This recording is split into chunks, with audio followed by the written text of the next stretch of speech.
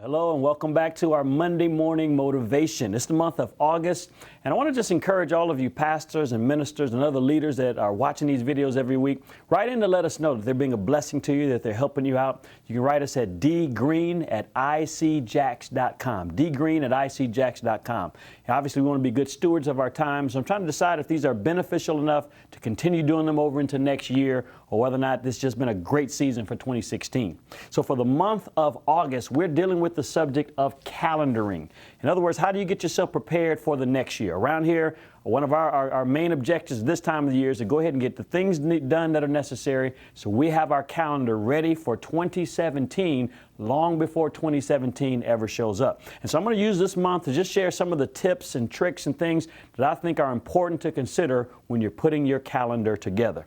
And this month in particular, this week rather, I want to deal with understanding seasons. The Bible says in Ecclesiastes 3:1, to everything there is a season and a time for every purpose under heaven. We know that there's a time for this, there's a time for that. Even the way God created our annual calendar, it flows in seasons from winter to spring to summer and to fall. And I think for those, especially those that are pastoring churches, it's important to understand that there are seasons even in the cycle of your church on an annual basis.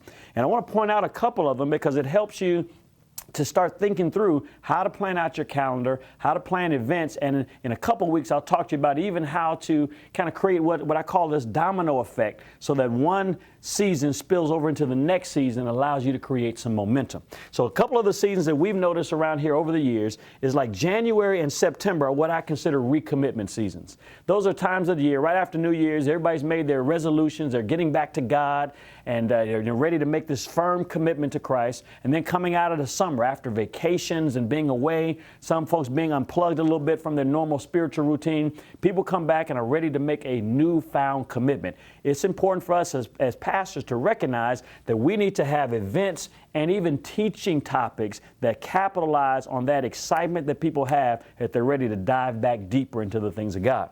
Another season is the Easter season, whatever that is during the year, March or April. It's what I call that hook 'em season. If you can get folks coming maybe the week before Easter with some big service, then come back for your Easter service. And then I always like to plan a big, enticing series the week after Easter, because if I can get them coming 3 or 4 weeks in a row, most of the time I've been able to hook them to become a part of this fellowship here at Impact.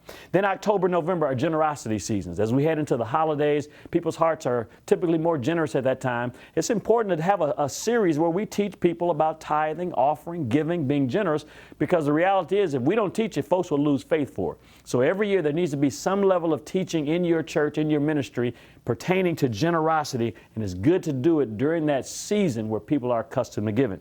June and July, let's just admit it, is vacay season. It took me a long time to realize that every June and July my folks were disappearing, my attendance was maybe stagnating or sometimes even felt like it decreased. I had to get to a place where it didn't cause me to panic because I realized people were away, and when August and September rolled around and schools were back in, the crowd was right back to where it was before, and that's important for us to understand. And in that vacay season, it's important for you to make sure you have some moments for your team to get some rest. Don't keep the calendar stacked all year at the same pace. Have some peaks and some valleys where you do a lot, get a lot done, and then have some seasons where you and your team get to rest. We'll see you next week.